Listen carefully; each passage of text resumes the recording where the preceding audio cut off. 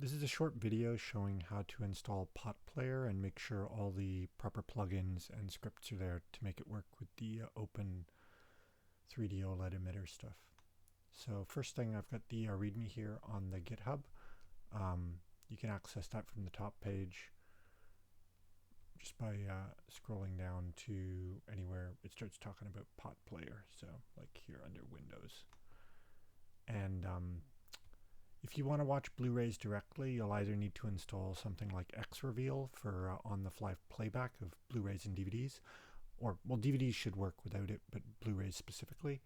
Or you can also use a paid software like DVD Fab Passkey or something like that. But anyways, so onto the software. There's two different ways you can install it. One is to use the script for installing PotPlayer with the proper 3D plugins made by 3DJ on GitHub. I'm not going to do it that way. I'm going to go through and install each of the plugins manually so you'll know what is actually required, so that if you want to run newer versions of any of the software, you can try that separately. So the first thing you've got to do is install AVI Synth. So you can go and download that. I've already downloaded it, but you'd go to this website here, and you just want to get the 32-bit version down here. So version 2.6 32-bit, and you can download that. And you'll also want to get the AVI Synth 2.6 multi-threading plugin, which you can get from Doom9 forum over here. And you just want to download the current version 2015 0220, which I've also downloaded already. Yep. So I think you can do that without an account even. Yeah. Okay, so you just click download somewhere. But I've already downloaded it. So we'll back up and we'll go to, we'll install both of these. So you can install those just by running the AVI Synth installer. And I believe the default settings should be okay.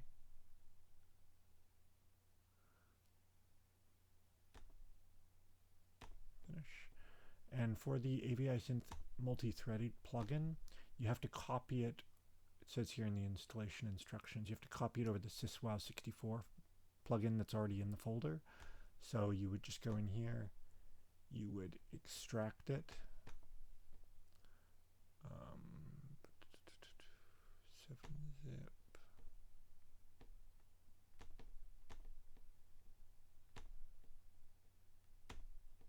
Okay. Here it is here, and you just put that in your syswow64 folder. So that for me is Windows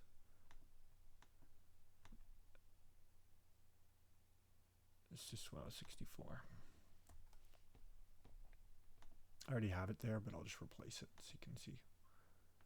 Right, so once that's done, now you can go ahead and install PotPlayer. So let's go back to my downloads folder and to the instructions here. So you download PotPlayer from the website here. You need the 32-bit version because that's what's going to work with AVI Synth. If yeah, maybe there'll be a way to use the 64-bit version later, but for now you got to use the 32-bit version. So when you install it, be sure to select Install Additional Codec Open Codec on the last complete install screen. So let's do that. So PotPlayer, where's PotPlayer? Here we go. I already downloaded it, so let's run that.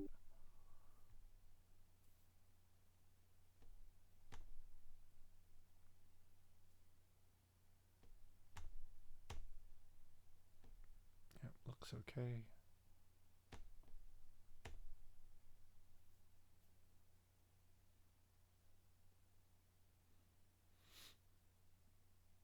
Okay, and here you want to do Install Additional Codec Open Codec. You can run PotPlayer after, it doesn't matter. So I agree. And now this is where you want to make sure you install the Intel H.264 MVC decoder. That's a software and hardware decoder. I believe it uses the software version by default, but we can check that later. So let's go and install that.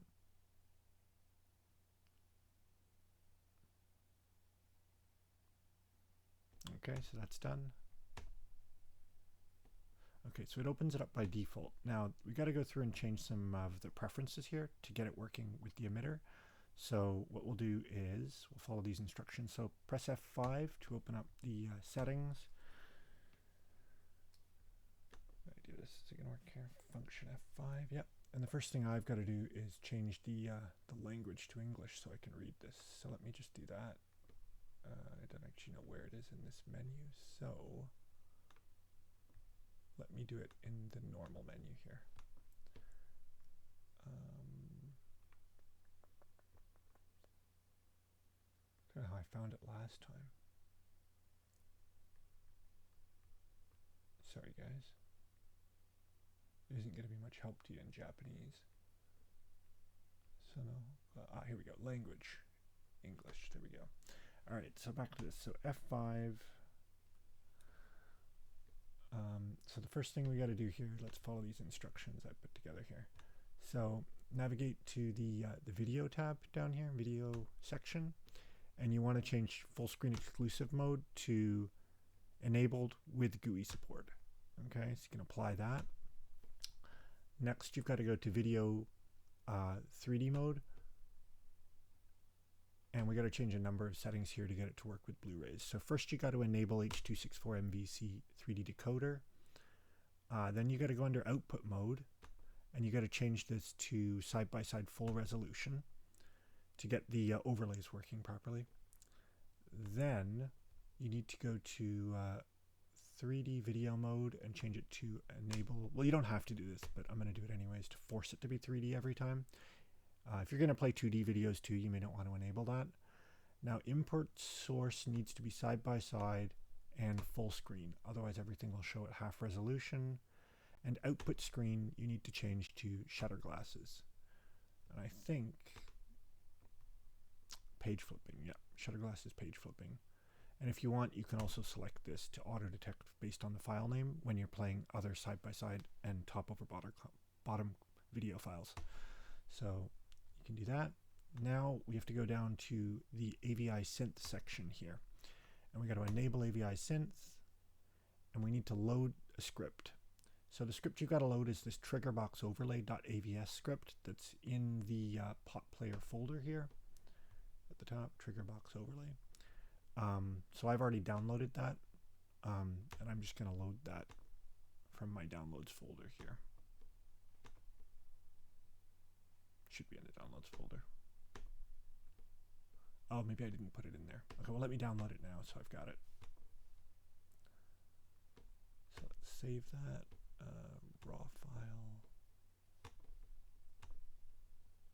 Downloads triggerbox overlay.avs. Yep.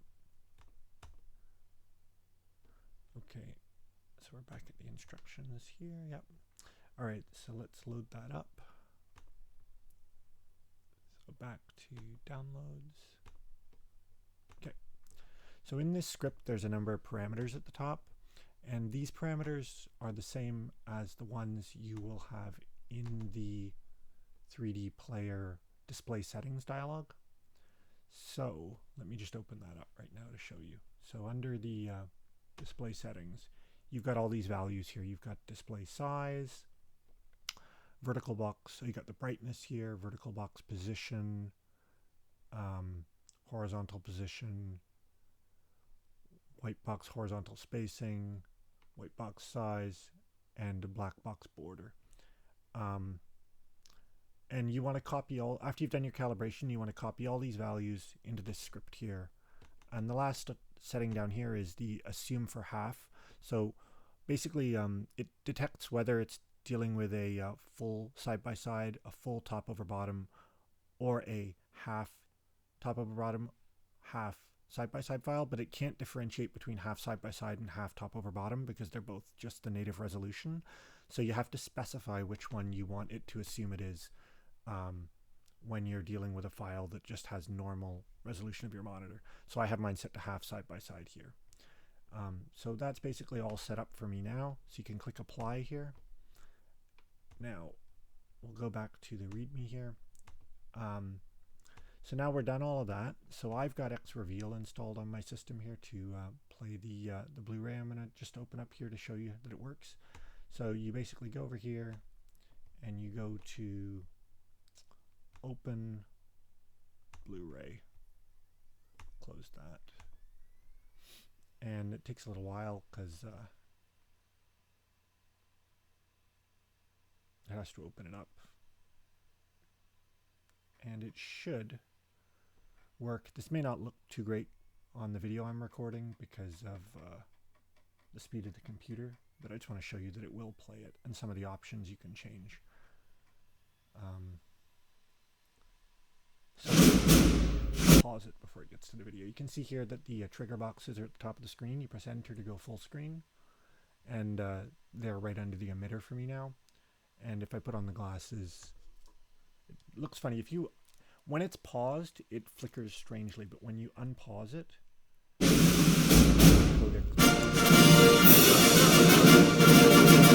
so that looks great. Okay, so some of the options you can change.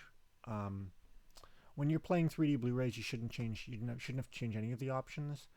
The stereo 3D subtitle mode doesn't appear to work with the hardware H.264 MVC decoding.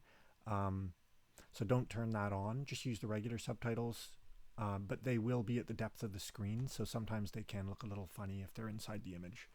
But if you're doing other side-by-side video content or top over bottom content, I think you may be able to use those 3D subtitles. But anyway, so that's a Blu-ray working. So let's close that.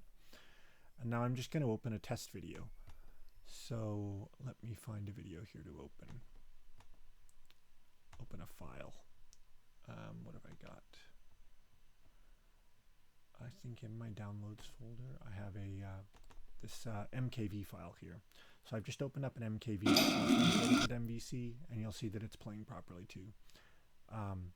So that's how you set up PotPlayer to work with the emitter, and it should work really well. I think it actually works better than my player under Windows because it has the H.264 MVC decoding from the Intel codec. One other thing I should show you is there is a checkbox in PotPlayer when you're playing MVC content to enable software versus hardware modes.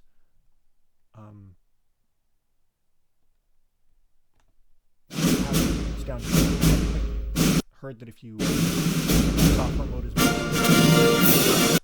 so running into problems. And that is, I believe, everything. So I'll stop the video there. Thanks, guys.